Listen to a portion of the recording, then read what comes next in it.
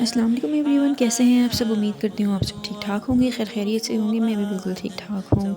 जी जनाब, जेठानी और देवरानी, ये वो रिश्ता है जो कि सास और बहू से भी ज़्यादा टॉक्सिक आजकल माना जाता है, और हो भी गया है, माना क्या जाता है।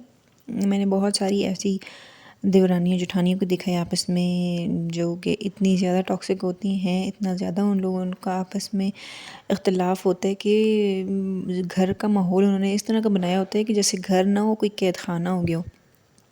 और ये चीज़ नहीं होनी चाहिए बिल्कुल भी। मुझे लगता है कि जब आपकी शादी होती है तो आप कि चाहे लव मैरिज हो या चाहे आपकी अरेंज मैरिज हो, अगर आपकी लव मैरिज भी होती है तब भी आपका जो कांटेक्ट होता है वो जस्ट आपके हस्बैंड से ही होता है ना, कॉल्स वगैरह पे, या मिलना मिलाना भी हो तब भी आप सिर्फ उनको ही जानते होते हैं।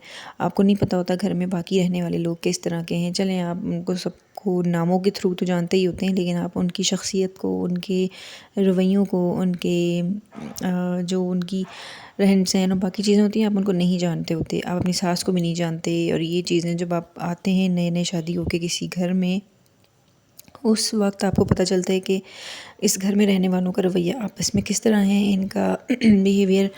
और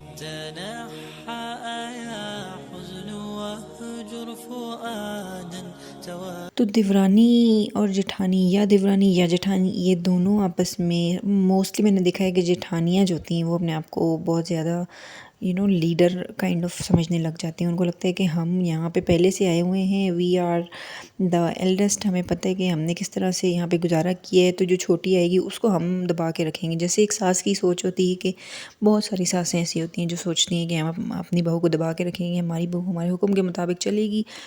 तो इसी तरीके से आजकल जेठानियों का भी कंसेप्ट बन गया है। उनके माइंड में ये चीज़ सेट हो गई है कि हमारी देवरानी आएगी तो हम उसको अपने नीचे दबा के रखेंगे। लाइक हम उससे अपनी मर्ज़ी के मुताबिक सारे काम करवाएंगे, उससे सारे काम भी करवाते रहेंगे, उसको मेंटली डिस्टर्ब भी रखेंगे, उसके साथ रवैया भी अच्छा नहीं रखेंगे, और ये सारी चीज़ें। अच्छा, कुछ जेठानियाँ ऐसी होती हैं जो मुंह पे तो बहुत ज़्यादा मीठी बनी हुई होती हैं, इतनी मीठी होती हैं कि आप अंदाज़ा ही नहीं लगा सकते कि पीठ पीछे ये लोग आपकी इतनी बुराइयाँ कर रही होंगी, या पीठ पीछे आपके ये लोग इतनी चालें चल रही होंगी, आप लोगों को समझ ही नहीं आ रहा होगा। तो मैं ऐसी जेठानियों और देवरानियों से, जो भी हो, इन दोनों में से जेठानी टॉक्सिक हो या देवरानी टॉक्सिक हो, उनसे कहना चाहूँगी कि प्लीज़ आप लोग आगे आने वाली को, अगर तो देवरानी ऐसी है तो उसको चाहिए कि वो थोड़ा जेठानी के साथ कम क्या कहते हैं उसको, कॉम्प्रोमाइज़ करे, क्योंकि ये रिश्ता ऐसा होता है कि इस रिश्ते ने साथ ही चलना होता है। अगर आप एक जॉइंट फैमिली सिस्टम में रह रहे हैं तो आपने अपनी जेठानी के साथ, देवरानी ने जेठानी के और जेठानी ने देवरानी के साथ ही रहना होता है। इसका कोई और हल नहीं होता। तो हम लोग क्यों ना मिलजुल के रहें, हम लोग क्यों ना बहनों की तरह रहें, क्योंकि लाइफ जो है वो इसी तरह गुजर सकती है। घर के डेली के इतने काम होते हैं, घरों के मसाइल, इंटरनल इश्यूज़ इतने होते हैं कि आप लोग नहीं आपस में मैनेज कर सकते होते। तो अगर हम लोग भी, जेठानी और देवरानियाँ भी आपस में इस तरह से लड़ेंगे और अपनी सियासतों में लगे रहेंगे, पॉलिटिक्स में लगे रहेंगे, तो ज़िंदगी बहुत मुश्किल हो जाएगी। यकीन माने, आप लोगों की ज़िंदगी अज़ाब बन के रह जाएगी। ना आप लोग कहीं खुशी से जा सकते हैं, ना आ सकते हैं, ना खा सकते हैं। हर वक्त दिमाग में यही चीज़ चल रही होती है कि ओहो, अब क्या करें, अब क्या करें, अब तो ये हो गया, तो इसने फ़लानी ने सास को ये बोल दिया, मेरे ख़िलाफ़ ये शिकायत लगा दी, अब मैं वहाँ गई हूँ तो उसने झूठ बोल दिया कि वो इस तरह से गई है, वो तो अबाया पहन के नहीं गई है, तो वो तो दुपट्टे में चली गई है।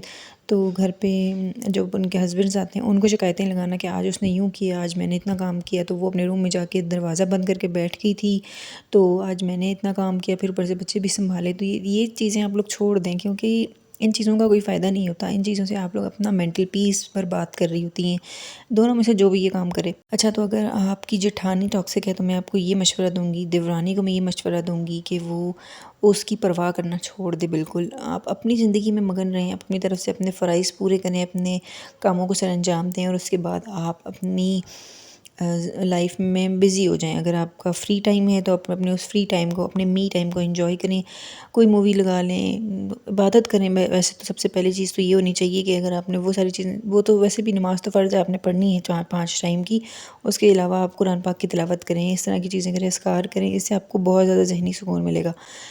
और उसके बाद भी अगर आपके पास टाइम है तो आप अपने लिए कुछ भी, आप कोई अपनी फेवरेट हॉबी जो आपकी हो, आप वो जो है वो कर सकती हैं, कंटिन्यू करें उसको शादी के बाद भी, छोड़ें नहीं अपनी पसंदीदा चीज़ों को जितना भी आपको टाइम मिले। बेशक आप एक जॉइंट फैमिली में रह रही हैं, आपके पास सिर्फ एक रूम, आपकी एक दुनिया है, तो आप उस रूम में भी अपनी ज़िंदगी को एंजॉय कर सकते हैं। ये सारा गेम जो है ना वो माइंड सेट का होता है।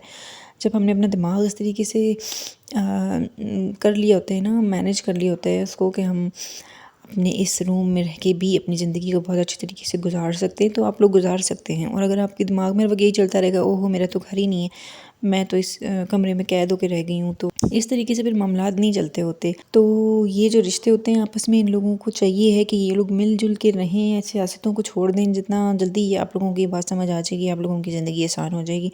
और जितनी जल्दी आप लोगों को ये बात समझ में, जितनी देर से आप लोगों को ये बात समझ में आएगी, उतनी आप लोगों की लाइफ मुश्किल बनती जाएगी और हिसाब बनती जाएगी। और ये किसी को नुकसान नहीं होगा इस चीज़ से आप लोगों को ही नुकसान होगा।